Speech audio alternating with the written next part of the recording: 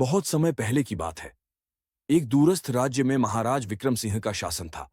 उनका राज्य सुमेरगढ़ अपनी समृद्धि, शांति और सुंदरता के लिए प्रसिद्ध था। विशाल महल, हरे भरे खेत और सुखी प्रजा उनकी नीतियों का प्रमाण थे। महाराज की एकमात्र संतान थी राजकुमारी अनुराधा।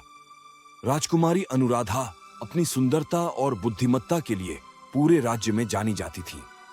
वे सिर्फ एक आम राजकुमारी नहीं थीं, वे युद्ध कला, राजनीति और शास्त्रों में पारंगत थीं। लेकिन उनके हृदय में सबसे अधिक प्रेम था प्रजा के प्रति। युवराज आदित्य से मुलाकात सुमेरगढ़ के पड़ोसी राज्य कौशलपुर के युवराज आदित्य का नाम भी बहुत प्रसिद्ध था। वे वीर, बुद्धिमान और न्यायप्रिय थे। संयोगवश एक बार कौशलपुर के राजा ने अपने राज्य की समृद्धि और मित्रता बनाए रखने के लिए सुमेरगढ़ का दौरा किया। उनके साथ युवराज आदित्य भी आए। राजमहल में एक भव्य आयोजन रखा गया था। वहीं पहली बार राजकुमारी अनुराधा और युवराज आदित्य की मुलाकात हुई। दोनों ने एक दूसरे को देखा और पहली ही नजर में एक अद्भुत आकर्षण का अनुभव किया। वे बातें करने लगे, साहित्य, राजनीति, युद्ध नीति और समाज सेवा पर।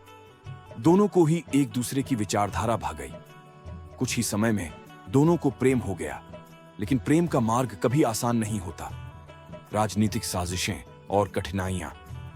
महाराज विक्रम सिंह अपनी पुत्री को सच्चे प्रेम और सुखी जीवन की कामना करते थे।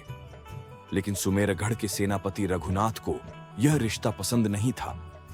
उन्हें डर था कि यदि दोनों राज्यों का गठबंधन हुआ तो उनकी शक्तियां कम हो जाएंगी। उन्होंने महाराज के कान भरने शुरू कर दिए। महाराज, यह विवाह उचित नहीं है। कौशलपुर की शक्ति बढ़ रही है। कहीं ऐसा न हो कि वे इस विवाह के बहाने हमारे राज्य पर अधिकार जमाने का प्रयास करें। महाराज इस चिंता में पड़ गए। उन्होंने सोचा कि इस विवाह से पहले उन्हें यह देखना होगा कि आदित्य कितना योग्य है। अग्नि परीक्षा महाराज ने घोषणा की कि जो भी राजकुमारी से विवाह करना चाहेगा उसे 3 कठिन परीक्षाएं पास करनी होंगी। 1. सिंह का वध। राज्य में एक नरभक्षी सिंह लोगों को परेशान कर रहा था। 2. गुप्त खजाने की खोज। प्राचीन काल का एक खजाना जो सुमेरगढ़ की गुफाओं में कहीं छुपा था, उसे खोज कर लाना होगा। 3. त्याग की परीक्षा। युवराज को यह सिद्ध करना होगा कि वे अनुराधा से प्रेम स्वार्थवश नहीं बल्कि निस्वार्थ रूप से करते हैं। युवराज आदित्य ने यह चुनौती स्वीकार कर ली। पहली परीक्षा, सिंह का वध। रात के अंधेरे में आदित्य तलवार और धनुष लेकर जंगल में गए। सिंह बहुत ही भयानक था, लेकिन आदित्य ने अपनी बुद्धिमत्ता और वीरता से उसे मात दी। वे जानते थे कि सीधा युद्ध करना जोखिम भरा होगा, इसलिए उन्होंने रणनीति अपनाई। पहले सिंह को थका दिया, फिर उसे अपने तीखे बाणों से घायल कर दिया।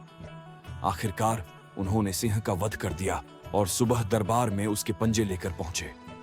दूसरी परीक्षा, गुप्त खजाने की खोज।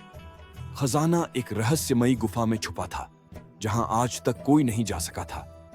लेकिन आदित्य को अपनी सूझबूझ पर भरोसा था।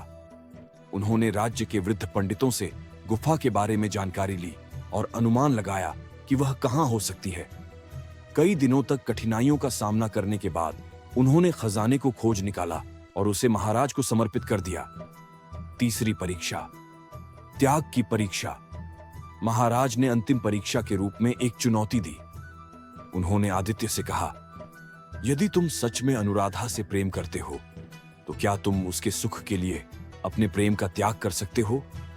आदित्य को यह सुनकर गहरा आघात लगा, लेकिन वे प्रेम को स्वार्थी नहीं बनाना चाहते थे। उन्होंने उत्तर दिया, यदि अनुराधा का सुख मेरे प्रेम के बिना अधिक है तो मैं उसे मुक्त करता हूं।